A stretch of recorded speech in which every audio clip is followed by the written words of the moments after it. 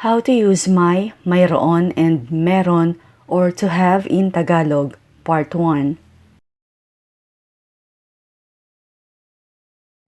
The main verb to have is one of the core verbs of the English language, which is used to express possession or ownership. The same goes for may, mayroon, and meron. They all imply possession. Meron is a variant of mayroon, so they have the same sentence structure.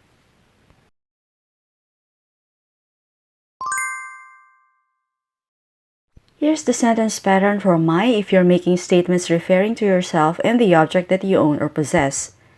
It is called first person singular, meaning from your point of view as the speaker, who is the singular subject of the sentence. May plus noun plus the pronoun ako, meaning I. May noun ako. May noun ako, which translates into I have a noun.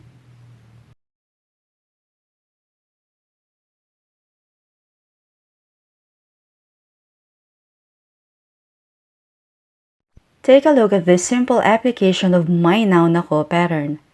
May kotse ako. Kotse is a common noun which means car. I have a car. May kotse ako. If you have two or more cars, just place the Tagalog plural marker mga before the noun. May mga kotse ako. May mga kotse ako, meaning I have cars.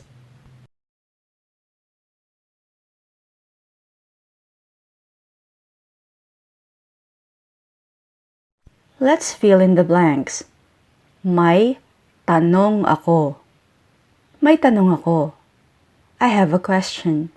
I have a question. Plural, may mga kaibigan ako. May mga kaibigan ako. I have friends. I have friends.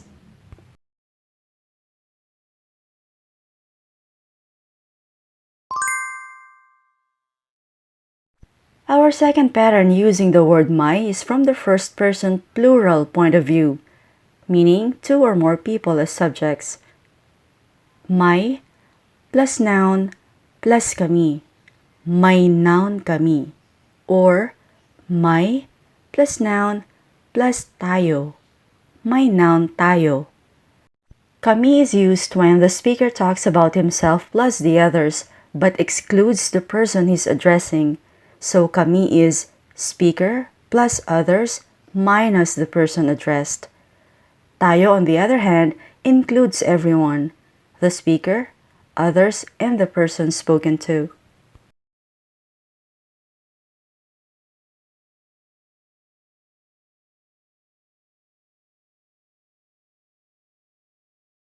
Here's an example.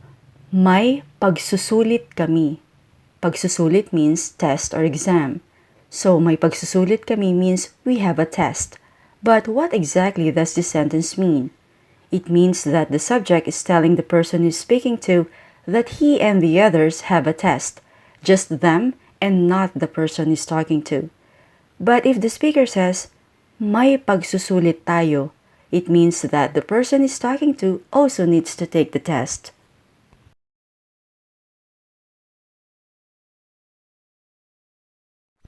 Another example, may tindahan kami. May tindahan kami, meaning we have a store.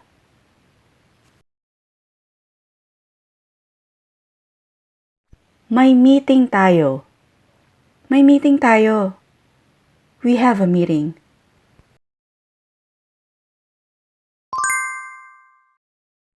Our next sentence pattern is for the second person singular, meaning it's about the person that the speaker is talking to. May plus noun plus ka. May noun ka. Ka means you, so this pattern translates into you have a noun.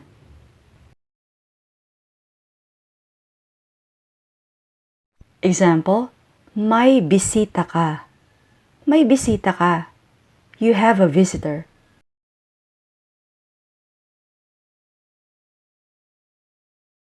Next is an awful thing to say to someone. May balakubak ka. May balakubak ka, meaning you have dandruff. Another example, may sulat ka galing sa bangko. Meaning, you have a letter from the bank. May sulat ka galing sa bangko. Our next sentence pattern is for the second person plural, meaning the speaker is addressing two or more people. May plus noun plus kayo. May noun kayo. The pronoun kayo doesn't include the speaker, so it's just the person addressed plus the others.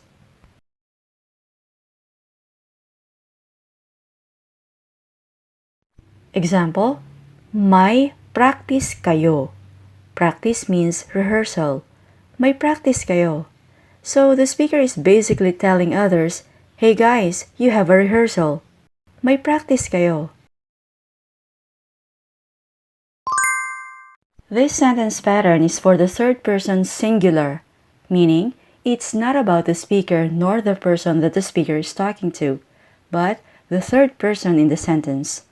May plus noun plus siya. Siya is a gender-neutral pronoun, so it could be he or she. May noun siya, meaning he has a noun or she has a noun.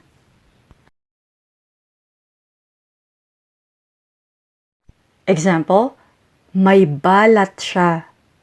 May balat siya. He has a birthmark or she has a birthmark. This pattern is about a specific third person. May plus noun plus the singular subject marker si plus the person's name. May noun si person's name, meaning person's name has a noun.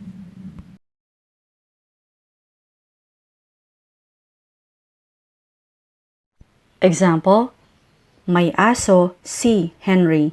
Since Henry is a singular subject, we are using the marker si. May aso si Henry. Henry has a dog.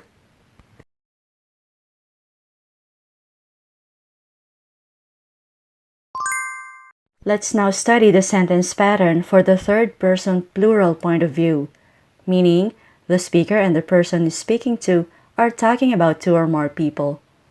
May plus noun plus sila. Sila means they. May noun sila, meaning they have a noun.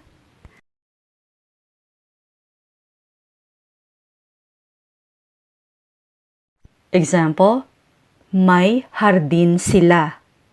May hardin sila. They have a garden.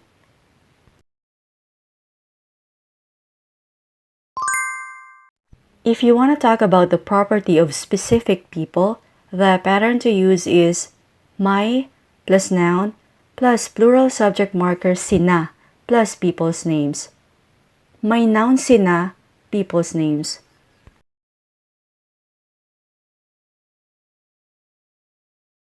Example, may anak sina Jack at Jill. Anak is a gender-neutral word, so it means either a son or a daughter. May anak sina Jack at Jill, meaning Jack and Jill have a son, or Jack and Jill have a daughter.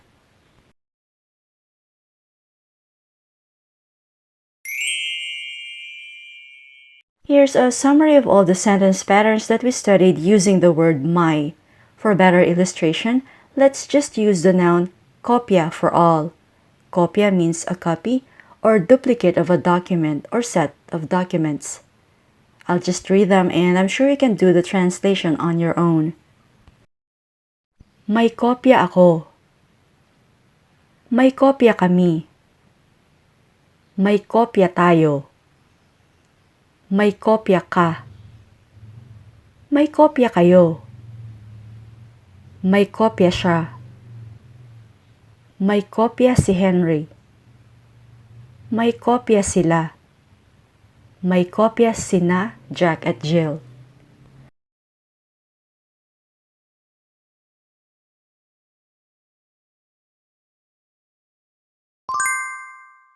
Forming interrogative sentences using may is very easy. Simply add or insert the Tagalog particle ba to your sentence. Like, may noun ka ba? May noun ka ba? Meaning, do you have a noun?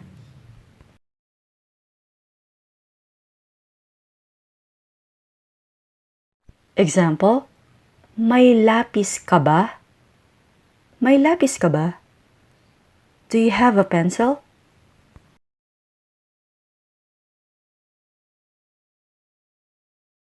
May pantasa ka ba? May pantasa ka ba? Do you have a sharpener?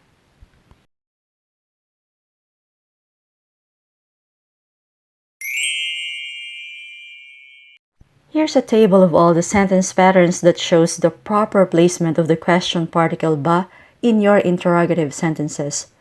Again, please do the English translation on your own. May kopya ba ako?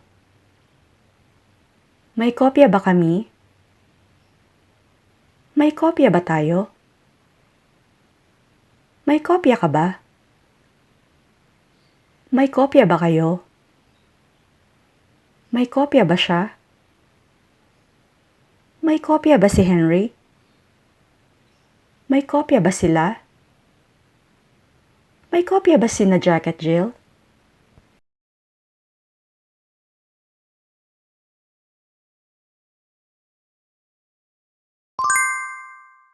Here are some more examples of my sentences. Please observe how the patterns that you learned are used. May lagnat ako. May lagnat ako. I have a fever. I have a fever. May nunal siya sa batok. May nunal siya sa batok. She has a mole on her nape. She has a mole on her nape. May sugat sa tuhod si Tran. May sugat sa tuhod si Tran. Tran has a knee injury. Tran has a knee injury. May problema si Ana. May problema si Ana. Anna has a problem. Anna has a problem. May tanong kami. May tanong kami. We have a question. We have a question. May boyfriend ka ba? May boyfriend ka ba? Do you have a boyfriend? Do you have a boyfriend? May mga anak ba sina Maria at John? May mga anak ba sina Maria at John? Do Maria and John have any children?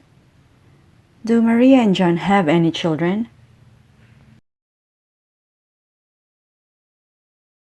May mga alaga ba silang hayop? May mga alaga ba silang hayop? Do they have pets? Do they have pets?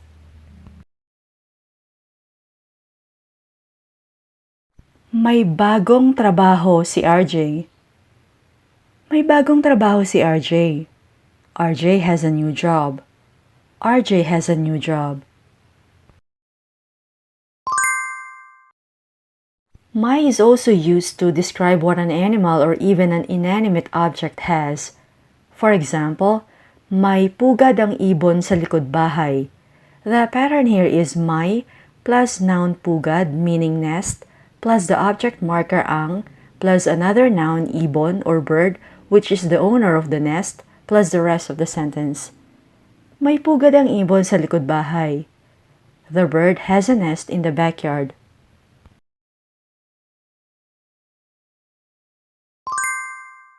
For plural objects, simply place the plural marker mga before the noun. Example, may mga guhit ang mga damit na iyon. Mga guhit means lines and mga damit means clothes or dresses. May mga guhit ang mga damit na iyon. Those dresses have stripes.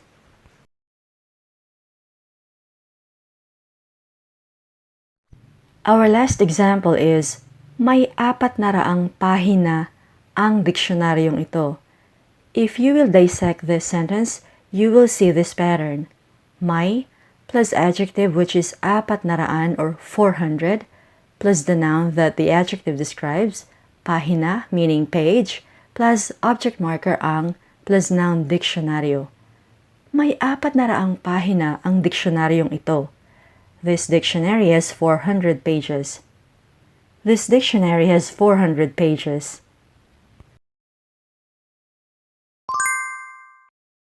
If you find this Tagalog grammar lesson useful, please hit like, share, and subscribe to Talk to Me in Tagalog if you haven't already. Mayroon and meron will be in another video. Salamat po!